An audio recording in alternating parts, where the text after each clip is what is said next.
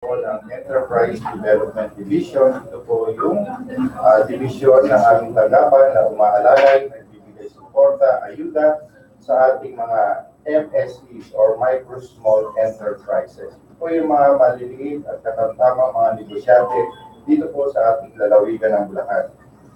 So, nung pong nakaraang Webes ay tinalakay po natin ang iba't ibang trainings na ipinagkakaloob po ng Enterprise Development Division.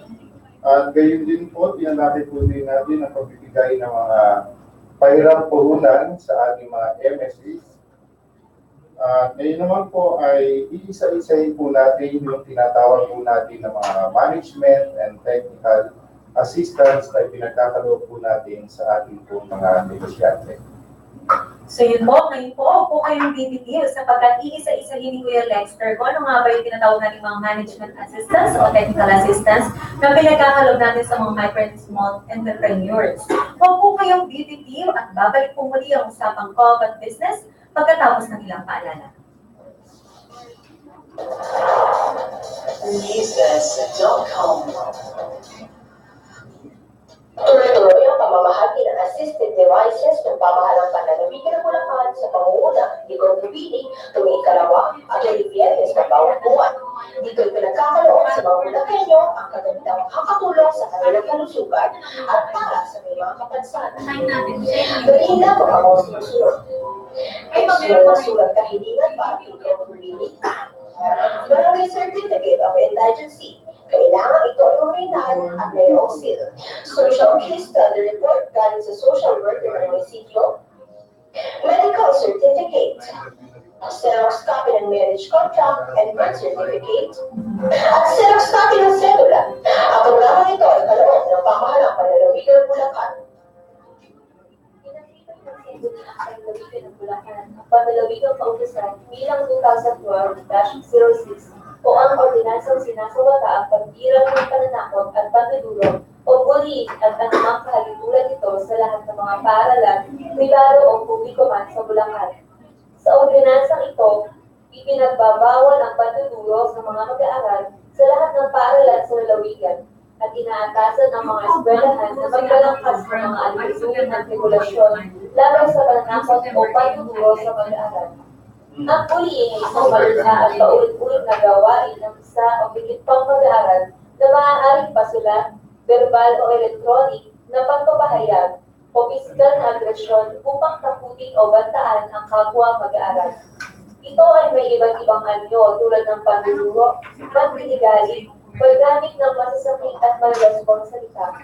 Kasama rin dito ang pananakot, panunulak, paninipa, pananampal, pangingikil, panghihiya sa publiko o pananokso, at ang pinakabago ang tinatawag na cyberbullying na isinasagawa sa pamamagitan ng mga kagamitan ng serbisyong elektronik tulad ng cellphones, computers, internet, chatting at social networking websites. Sino mong empleyado o opisyal ng eskwela na nalalabag sa nasabing ordinansa ay magmumulta ng 5,000 piso at papatawan ng 6 na buwang pagkakakulong.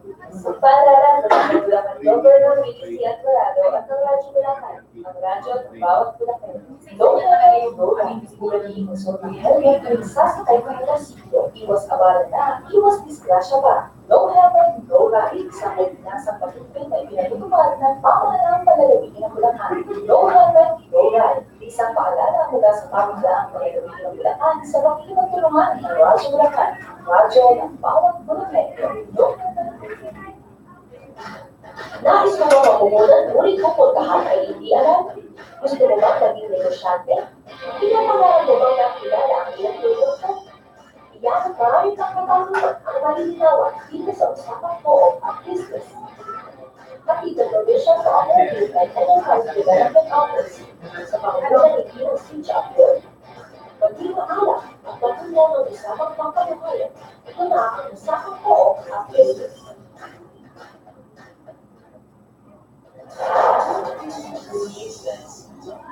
Nagbabalik po muli ang usapang co-op at business ng Pcedo, kasama pa rin ang inyong lingkod, Mary Grace de la Cruz, at ang ating Project Development Officer, Kuya Lexter Catalan.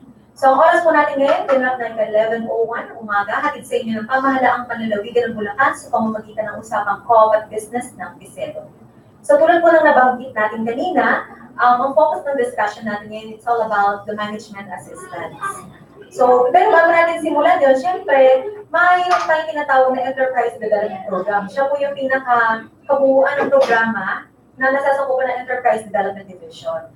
Sa ilalim po noon, pwede po ba Kuya Lexter na mabanggit mo ano yung mga component na nasa ilalim ng Enterprise Development Program? Ms. Grace, thank you. No? Under ng aming Enterprise Development Program, meron po tayong tinatawag na pagkakaloob po ng mga pagsasanay o training. Then meron din po tayo yung management assistance, which later on, i-discuss po natin further. At yung pong mga pahiram po muna para po sa ating mga MSPs.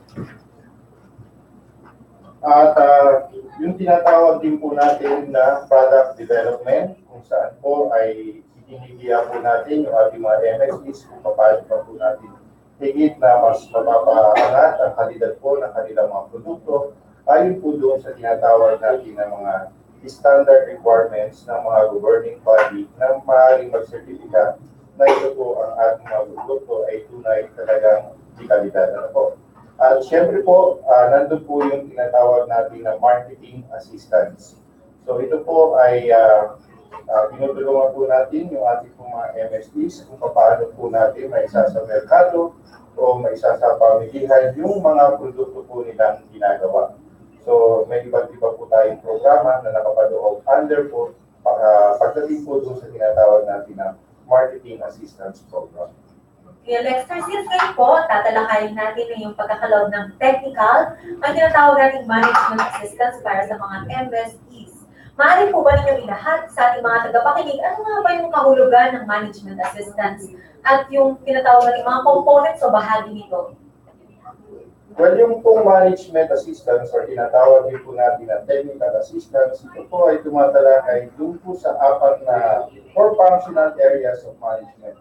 Kung saan po kabilang dito yung tinatawag natin na organizational, then yung pong product development, marketing, and financial. Ito po yung apat na mahalagang focal points kung saan nakasentro po yung ayuda, suporta, na ipinagkakaloob po ng tanggapan ng Pcedo para alalayan at tulungan po natin ang ating mga MSPs upang higit pa po nilang mapatakbo na maayos yung kanilang mga negosyo. So, under po yung tinatawag natin na organization, we conducted series of trainings and seminars. At ito po ay para po ma-upgrade o higit po natin mag-iangat pa yung mga skills na kakailanganin po ng ating mga MSPs para po higit nilang mapatakbo at maging maayos po yung lalim po ng kanilang negosyo. So, under po nito, ang mga training po, na-discuss po ito last Thursday ni Atina. So, papanggitin ko lang po, ito po ay series of training kung saan po nakita ko ng aming tanggapan na ito po yung dapat na pagtutunan ng ating po mga MSPs, kagaya po ng GMP. Ito po yung Good Manufacturing Practices. Kung saan po itinuturo dito kung ano po yung tamang pamamaraan upang mahigit na maisaayos po yung proseso ng kanilang mga produkto. At then meron po tayo tinatawag na packaging and labeling, FD, LTO, marketing management, then yung financing forum, pricing and costing, at mga iba't iba pa hong training na minsan po ay requested base po doon sa naging need assessment po na nakita namin na ito po pala yung higit pa na dapat na maipagkaloob namin. So yung mga trends and updates, so yun po, ano po yung in ngayon, so yun po ang ating minsan ginagawa po ng mga bagong set of training modules para po tayo makasabay po sa hinihingi po ng ating merkado. So, Lexter, part din po, so ngayon po dinidiscuss na natin ngayon yung organizational. Kaya Lexter, part din po ba ng organizational yung pag-permit? Paano po ba ang ginagawa ng MSE noon para matulungan natin sila? Yan. So, part po nung tinatawag namin yung Enterprise Development Seminar. So, kung saan po ay tinuturuan po natin yung pong ating mga MSEs, paano ba natin masasabi ng ating mga MSE ay isang legal na negosyante? Yan po. So, siyempre, in any kind of business o kailangan po, di po ba meron po tayong tinatawag na mga legal permits. So para po maging negosyante po, legal na matatawag ang ating mga MSEs, kailangan po nilang kumuha po ng tinatawag natin na DTI Business Permit. Ito po ay lisensya para po sa pangalan ng mga MSEs, pero hindi po ito nangangahulugan na binibigyan din po sila ng pahintulot na makapag-operate sa isang lugar. Ang tawag naman po doon ay yung po namang barangay business permit at saka po yung mga mayor's permit. So napakahalaga po nito upang ma-avail po natin ang mga iba't ibang services ng iba't ibang ahensya ng gobyerno, lagi ang tinitingnan po ay magkaroon po tayo ng tinatawag na legal personality. And that can only be given if you are a registered MSE, and that is by having po yung ating pong DTI business permit and also po yung mga barangay and mayor's permit.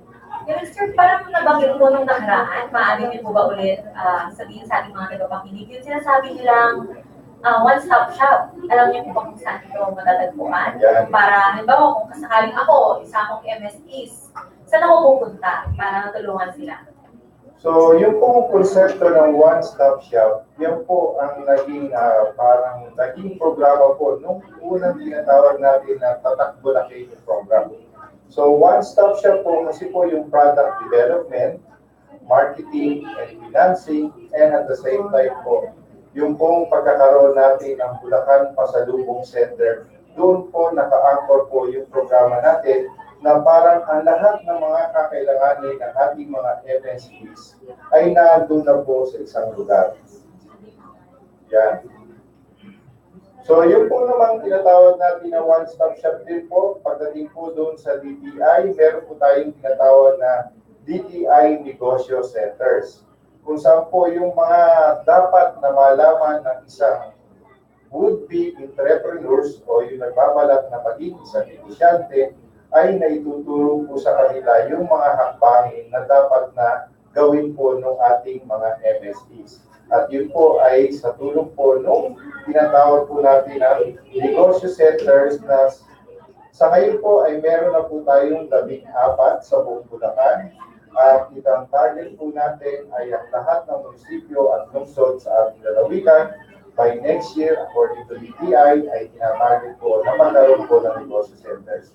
Before po kasi, para malaman niyo po yung mga tungkol sa negosyo, sa business, meron lang po tayong provincial office. Kung saan po natin po nakasentro sa ating lungsod ng Malolos. Pero ngayon po, yan po ay ibinaba na po sa mga bayan-bayan at hindi na po kinakailangan ng from San Miguel, from DRT, ay pumunta pa po sa munisipyo sa lungsod ng Malolos para lang po sa mga ganong kaalaman. Yun po ibinababa na direkta na po sa kanila.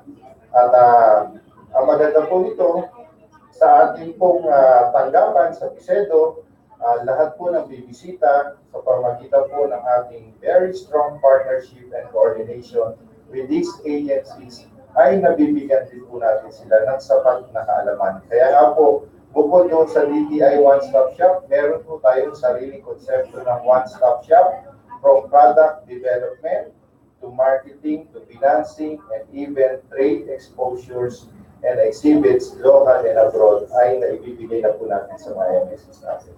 Going back to organizational assistance, ano po pala sa tinatawag na BMBE? Meron po ba tayong ganoon? Information or application? Yung pong tinatawag natin na BMBE law, ito po ay pagbibigay po ng tax incentive para po doon sa ating mga MSEs. Kung kayo po ay merong kapital 3 milyon pababa, ay pwede po kayong mag-avail. Pupunta lang po tayo sa ating mga DTI Negosyo Centers, provided na kailangan po ay siyempre DTI registered po kayo. Ang DTI registration name na pinagkakalog sa inyo, meron pong tinatawag yun na 4 na klase. Yung pong barangay DTI business name, meron din po tayo tinatawag na municipality na business name, cover niya, the provincial, regional, at yung pong pangkalahatan, pang buong bansa, yung pong national business permit po na pinagkakaloob ng DTI. So yun po, mapagit ko na rin sa inyo, ano po, tanong po na karamihan, baka naman po napakamahal, napakahirap na requirements. Naku, magugulat po kayo. Ang DTI, Barangay Business Permit po natin, ay kailangan nyo lang magbayad ng 200 pesos plus 30 pesos documentary fee. Pagka naman po municipal, 530, provincial, regional, 1,030, national is 2,030. So yun po, napakamura lang at yan po ang coverage po niya ay 4-5 years na po yung ating. Ibig sabihin, magagamit niyo yung name ng business. Tama po ba yun? Tama yun. Na hindi ba yung gamitin ng ibang MSP? Yes. So ang ibig sabihin lang po nun, kapag ka po kayo ay nasa barangay business permit, yung level po ng permit na nakuha po ninyo, within the barangay scope, walang sino man na po pwedeng gumaya ng pangalan po ninyo. Kaya po tinitingnan po yan, pag nag-apply kayo sa DTI, tinitingnan po nila yung kanilang system, i-request po kayo na mag-submit ng 3 klase ng pangalan at kung yun po, yung sa una pa lang nakita na wala kang pangalan, base po dun sa scope na ina-applyan ninyo, may pagkakaloob na po agad sa inyo. Just within 20 to 30 minutes po, may uwi na po ninyo yung inyong pong business permit. ID lang po ang kailangan po ninyo para po maka-avail po yan. Okay, salamat po Kuya Lester. Ngayon po, dadako naman po tayo sa ikalawang bahagi o component ng management assistance. Ito yung master ni Kuya Lester product development. So, maaari po ba natin isa-isahin Kuya Lester ko, ano yung mga pinagkakaloob natin pagdating sa product development, technical assistance sa mga MSCs natin?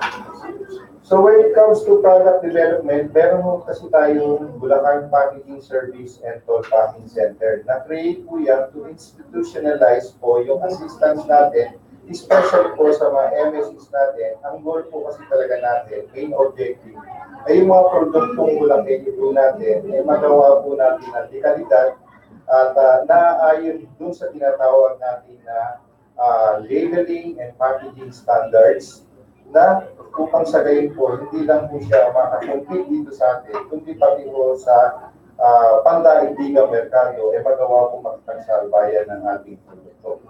So when we say product development, meron po tayong food tech na naka-assign sa packaging center, kung saan ang mga estudyante, ang mga MXPs, kung may mga dala silang produkto o meron silang thesis or research about kung sa gusto nilang i-develop o i-formulate ng mga bagong produkto, meron po tayong service yung pinakakaloob sa kanila. They can use our facilities, we can guide them, we can teach them.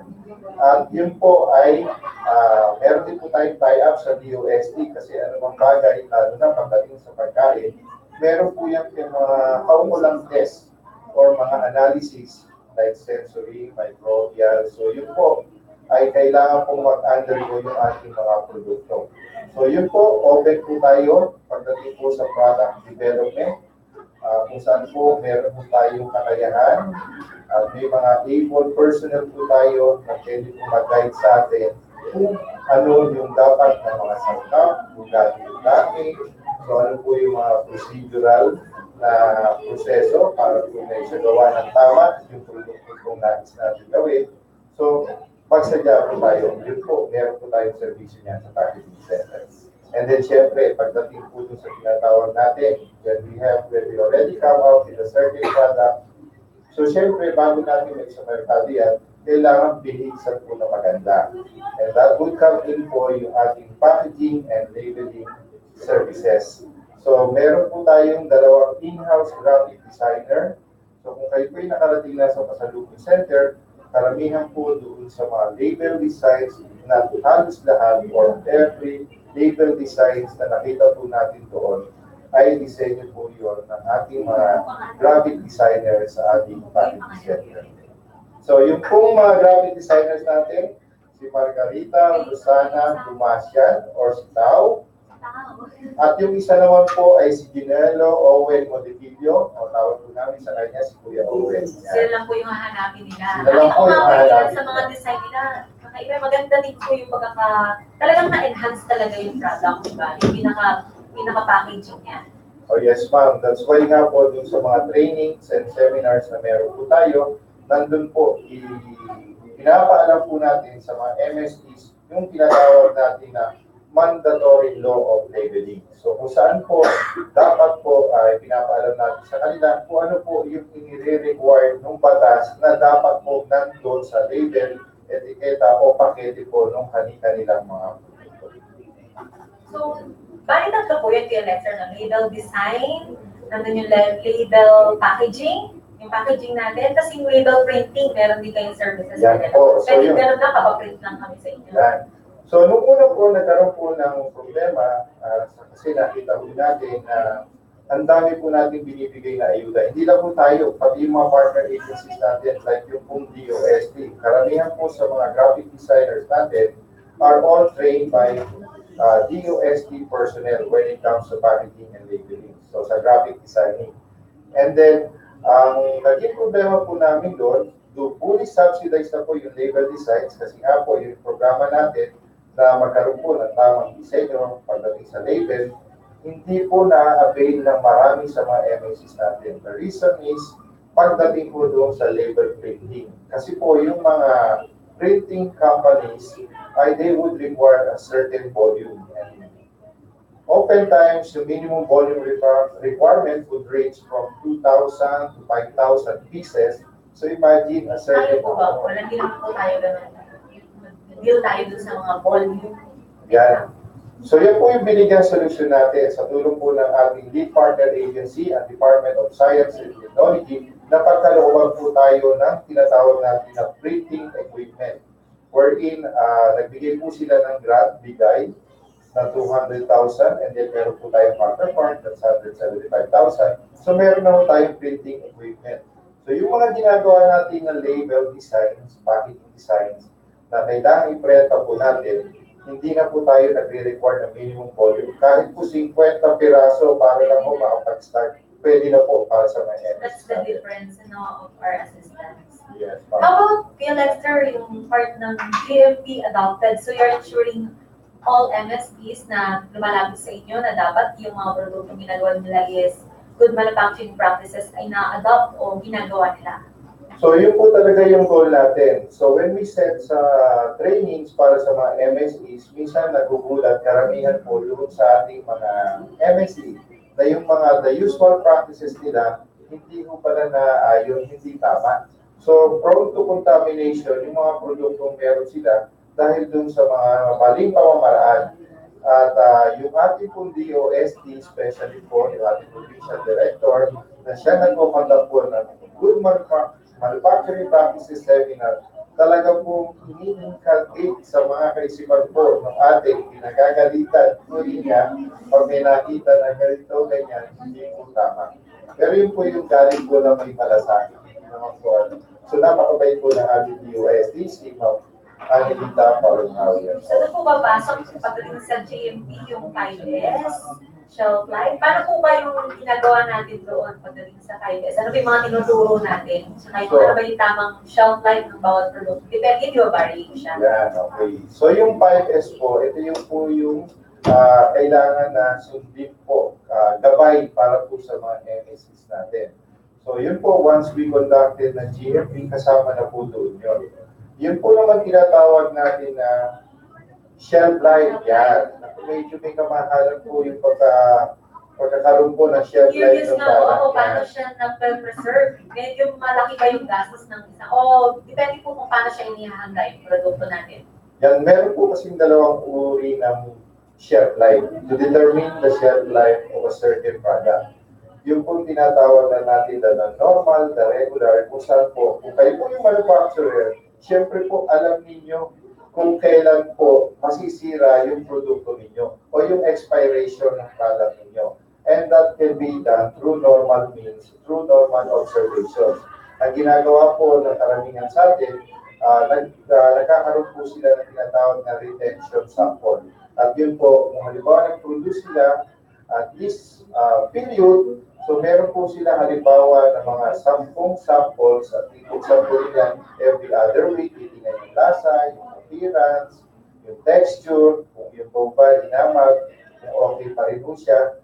And then from there, nakikita po nila na after a month, after 2 months, 3 months, Pagka lumagpas po ng 4 to 5 months, normally po, para po makasave daw po yung ating mga manufacturer, ay kung nakita nila 5 months okay pa, mga 4 months lang po nilalagay nila. Yung shelf life o yung itatagal ng ating produkto na still lahat po ng mga magagandang features or attributes ng product ay nandun pa. And the other one naman po yung tinatawag natin na accelerated test to determine the shelf life. Ito po yung medyo may kamahalan. Nagre-range po ito from 20,000 to 30,000 pesos. So ito na po yung mga third party, ano? Yan na po. Na sila na yung nagte-test. Yung kanina po sinabi, experimental on their own. Opo. So yung po on their own, base po doon sa experience po, yung observations ng ating mga manufacturers. But the other one po, meron po tayong certifying body na nagse-certify. Yung DOST po, meron po silang tinatawag na shelf life, and then meron din po Sa DOST. sa DOST. Actually, doon ho, ganun din yung presyo. Pagdating po sa privado, if they are the authorized, may license din po sila na mag-conduct ng gano'n, mas mahal pa po. And knowing government, partly subsidized po, mas mura pa po yun. Kaya po, pagdating sa private sector, ang pagkaho sa mga private companies, mas mahal pa po yung charge po nito. Okay. Ano naman po Kuya Lexter yung tinatawag nating FDA, LTO, application or registration, pati inspection, tsaka yung inventory system na kailangan bilang technical assistance ng mga MSE, di ba yung inventory system installed? Paano po natin yung tinutulungan yung mga MSEs po dito? So yan po part din ho ng ating partnership. Actually, nagkaisa iba't ibang ahensya dito po sa ating pamahalang palalawigan, sa lalawigan ng Bulacan. Dahil po nagkaroon ng mga bagong circular, FDA, kung saan po ang anumang produkto na makikita, lalo po sa mga pasalubong centers, ay pwede po silang ma-pull out yung mga product nila, pwede rin masuhan yung mga pasalubong centers. Yung pong mga MSPs natin na nagbebenta ng mga produkto natin doon ay wala pong FDA, LTO accreditation. Ano pong ibig sabihin ng FDA? So Food and Drug Administration, ito po yung dating Bureau of Food and Drugs. LTO means License to Operate.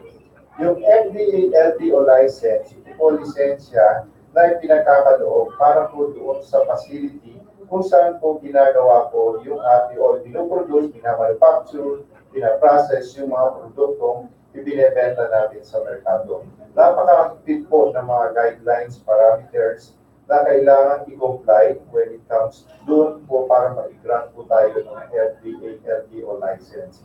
Just imagine po yung ating packaging center, it took us 1 year para po magkaroon tayo yan. But then, yung mga nauna mo sa atin na nagkaroon ko ng FDA, LTO, especially doon sa mga may alam, pagdating po sa produkto, unang tinitingnan po yung LTO number ng mga produkto. Kung wala po nun, hindi po nila binibili. Because this would certify to the best, na produkto po talaga natin of highest quality standards kasi dumaan po doon sa tamang proseso na itinatakda po ng governing body natin na nagse-certify na any product produced at that particular production facility ay in accordance doon po sa standards na pinatutupad ng FDA. Sa inyo po. Meron ka po bang ibang gustong ibahagi sa ating mga tagapakinig tungkol sa product development na technical assistance natin pinagkakaloob? So, again po, ini-invite po natin yung ating mga MSPs, pati po yung mga estudyante natin, lalo na po yung mga food tech. Magsadya po kayo sa ating tagapan sa packaging center. Doon po, matutulungan po kayo ng ating mga in-house graphic designer for packaging and labeling. At saka po, pagdating sa product development, ay matutulungan din po tayo. And at the same time po, yung mga hindi po namin kayang sagutin, as I've said, as I've mentioned many times before, katuwang po natin ang FDA, katuwang din po natin ang DOST, gayon din po ang DTI, pagdating po sa paglulunsad ng mga iba't ibang programa na tutulong po para sa atin. Meron po tayong tinatawag pa nakalimutan ko, may barcoding pa po tayo dyan. So ano po ibig sabihin ng barcoding? So yun po parang may tinatawag po natin dito ba yung sa POS. So yun po yung barcode, isa system po, mas higit na napapadali yung operation, pinagkakalooban po yung ating mga MSE ng barcode, i-apply po yan sa GS1 Philippines. So may Kapitolyo Pasig po doon, at yun po nagre-range to 1 to 100 products na meron kayo once na na-apply ninyo, yung hinihingi sa inyo, pagkakalooban po kayo ng barcode. Walang bayad? May bayad po yan. So, mga 7,000 pesos. Pero, Per 100? hindi po. So, ibig sabihin po, yung produkto po natin, pwede po halimbawa, ngayon meron lang po kayo limang produkto na in-apply ninyo for barcode, pero eventually for business expansion, you have new products, hanggang 100 po, pasok po doon sa binayaran ninyo na 7,000. Sa kabuuan na po. Sa kabuuan na po doon. Hanggang 100 products. Maraming salamat po kayo, Lester. Huwag po kayong bibitiw at magbabalik po muli ang usapang Common Business pagkatapos ng ilang paalala.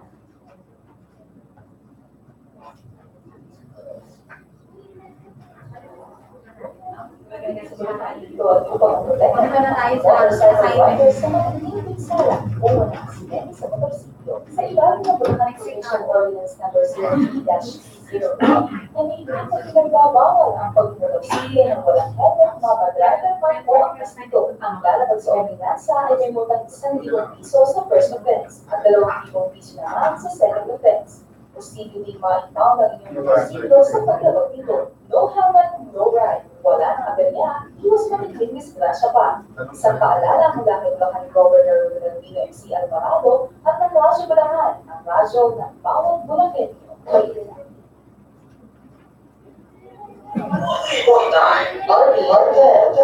Bulacan!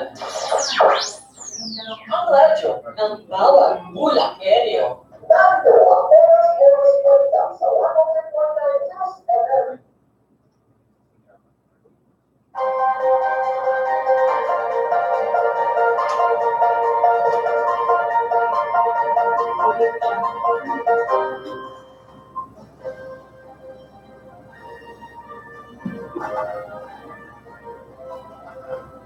Pagpapalaya sa 19 na tao, kabilang ng 2 estudyante mula UP, 3 journalist at 14 pang ibang nagprotesta, pinag-utos ng may kawani prosecutor matapos nagbukin at ikulong ng mga pulis dahil sa marahas na pagbuwag habang nagpoprotesta sa may kawani Bulacan noong Lunes.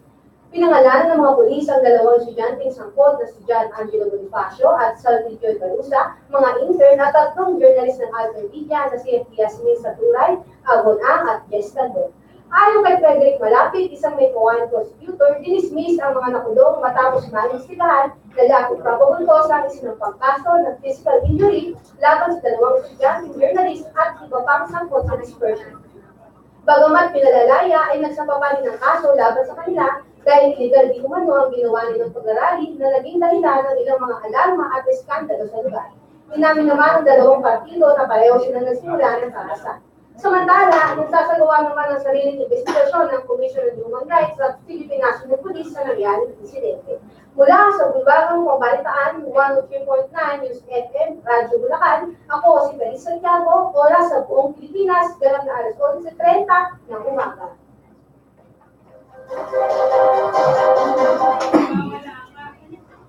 Mga Bulacan yung pumupunta sa Kapitolyo at ito ay tinawag na People's Day. Sa mga araw na Lunes, Miyerkules at Biyernes, maaaring ipagpapanayam si Corpubili o kayo humingi ng tulong sa nararapat na tanggapan. Isa sa mga serbisyong kanila ay burial assistance. Ganyan lamang ang mga sumusunod.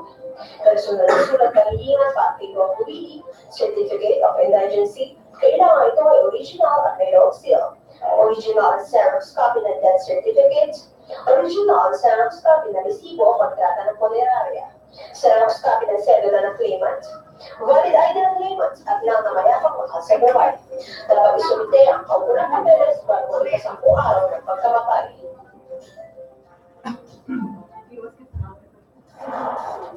Business.com.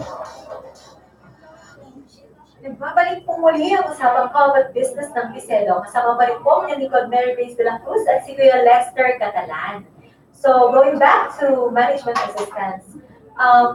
Ngayon po na-discuss natin yung dalawang bahagi kasi talagang mabilis po ang oras, yung organizational at yung product development.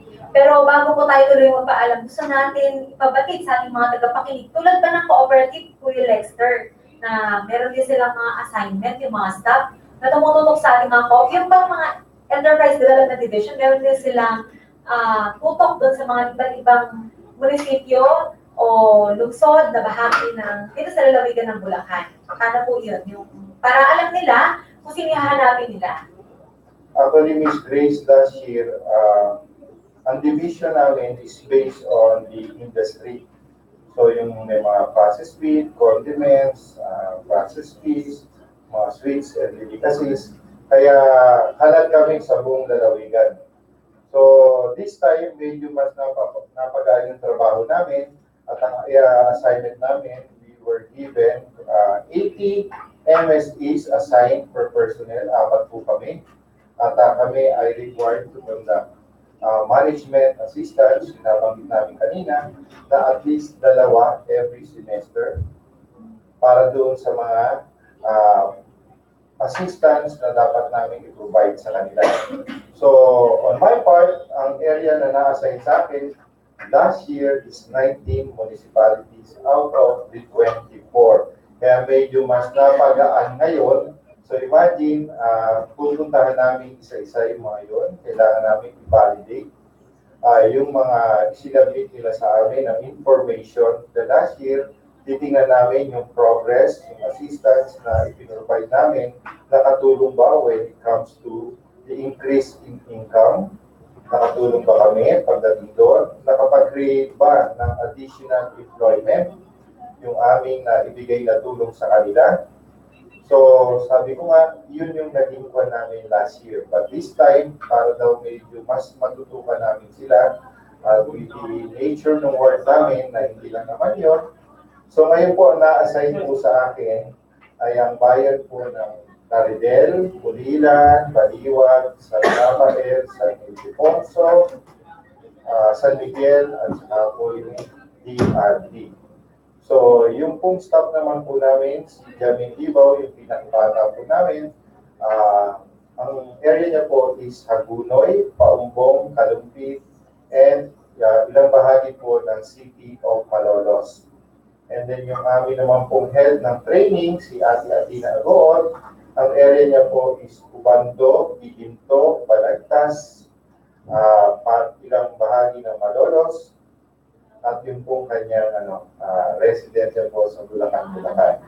At ang pinakamarami po sa amin, si Camille Madraso, yan po, medyo mas yung proximity niya kasi doon sa lugar. Kasi siya from Pero itong 80 rin ba yung MSEs? Yan, lahat kami tig-80. Okay. Ano kay Ate Camille? Na-assign po kay Camille ang Gat, Bustos, Panti, Norsagaray, Marilao, Santa Maria, San Jose del Monte, at napagitira ba yung Bukawi, yun, taga Bukawi kasi siya, si Camille. So yun po. Kuya Lexter, bago po tayo tuloy magpaalam sa ating usapang co-op business, pwede po ba tayo magbigay ng parting words sa ating mga tagapakinig? So maraming salamat po sa ating mga tagapakinig ng Radyo Bulacan. Nais ko na rin po samantalahin yung pagkakataon para po anyayahan po kayo. Sa atin po nalalapit na Singkabar Fiesta, ito po, papalapit na po ang buwan po ng September. So ito po yung ating ipo-promote po natin yung mga activities na meron po tayo. Para po sa inyong kabatiran, ang Singkaban Fiesta po ay ang mother of all fiestas para po dito sa ating lalawigan ng Bulacan. So, halin tulad po ito doon po sa pinagkaingan ang festival po ng Baguio, Sinulog ng Cebu, Maskara ng Bacolod, Peña Francia po, tama po ba sa Bicol, at yung po mga iba't ibang fiesta po sa iba't ibang lalawigan sa rehiyon po ng ating bansa. So, yung pong Singkaban, ito po yung pinaiting salita na ibig sabihin po ay sining at kalangahan ng lalawigan ng Bulacan. So, dito po ay pinamamalas po natin yung po sa isang linggong pagdiriwang, yung mula September 8 hanggang September 15, ang yaman ng kultura, sining, kalinangan, pinagmamalaking mga produkto, mga natatanging likha, mayroon pong mga iba't ibang kasiyahan, mapipalak, at ilan pa pong mga masasayang pagdiriwang. Kalinsabay po nito, yung pong taunang pinagdiriwang po ng aming tanggapan, yung pong tataksikapan ng Central Luzon. Kung saan hindi lamang po ang mga pinagmamalaking produkto ng lalawigan ng Bulacan, ang ating pong isino-showcase, kundi po doon sa ating mga karating probinsya. At ang kagandahan po nito ay at ay manufacturer's price or at a factory price po. Kaya po murang-mura po natin mabibili yung kanila pong mga produkto. Muli po, kayo po yamin na niyahang bumisita, makikisa at maging bahagi po ng tataksingkaban ng Central Luzon. Ito po yung mga iba't ibang programa na aside po doon sa aming trade fair, meron po tayong tinatawag na daily raffle. Yan po, pagka po kayo namili, meron po kayong daily raffle. Talaga? Yan. Ano po ba yung lecture? Yan. At the same time po, yung mga papremyo po. So yung pong ating mga suppliers and then yung ating mga sponsors, like yung mga backwards, yung mga freebies na ipinamimigay. And then, may mga iba po mga surprise pa na nagkakaloob sa kanila. Meron din po tayong techno demo kasi sabi po natin, gusto rin mo natin na ipaalam sa ating mga mamimili kung paano po ba, if you wonder kung paano po yung paggawa ng pabango. Yan.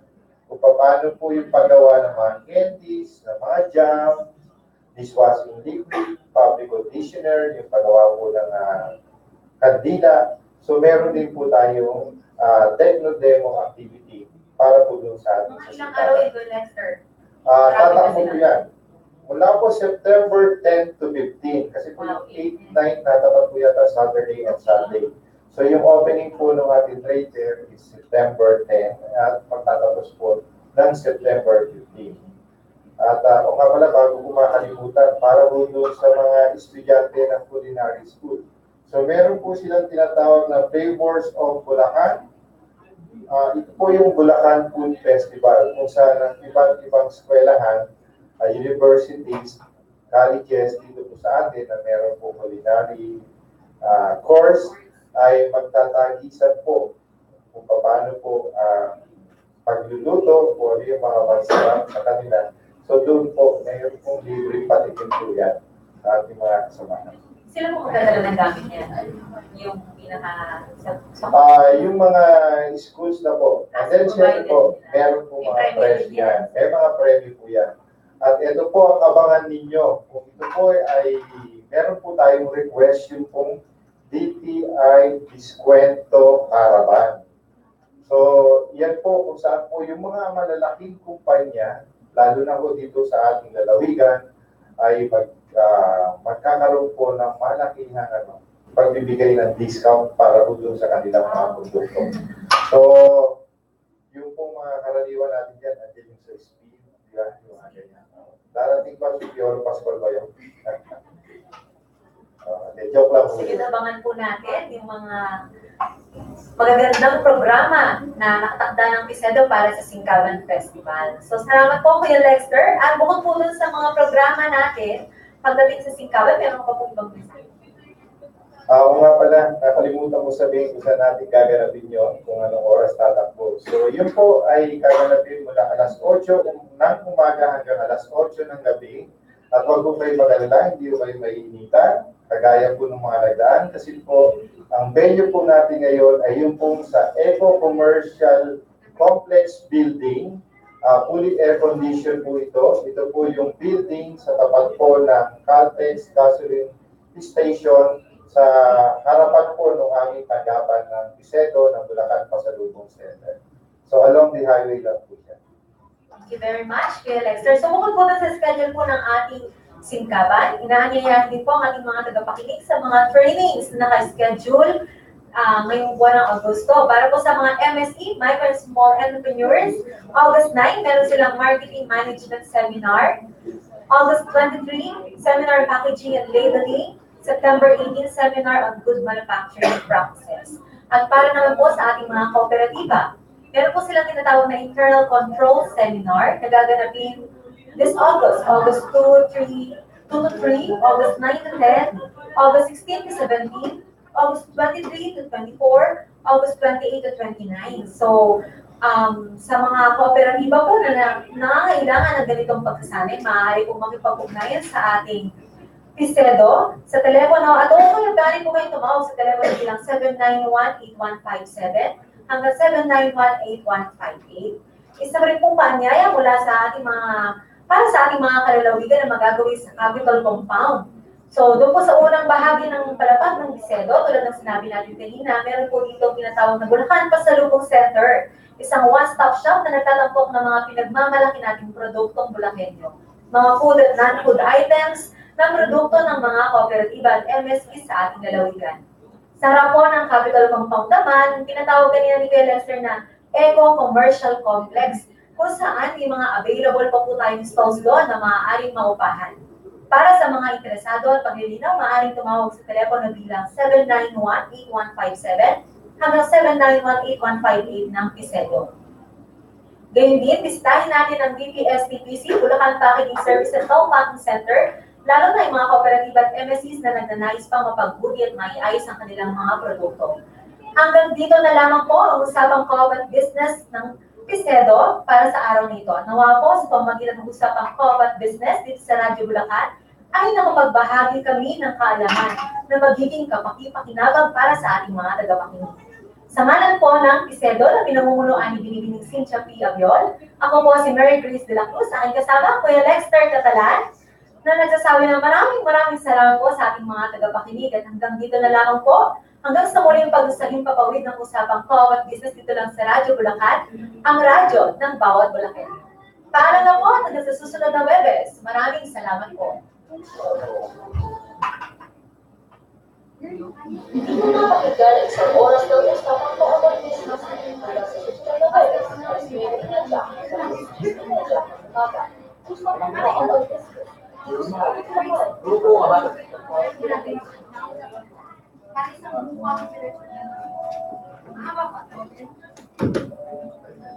Yung dalawang kumuha. O part na sino tayo? Si Jigo. Tapos yung, ito, yung last part, di ba?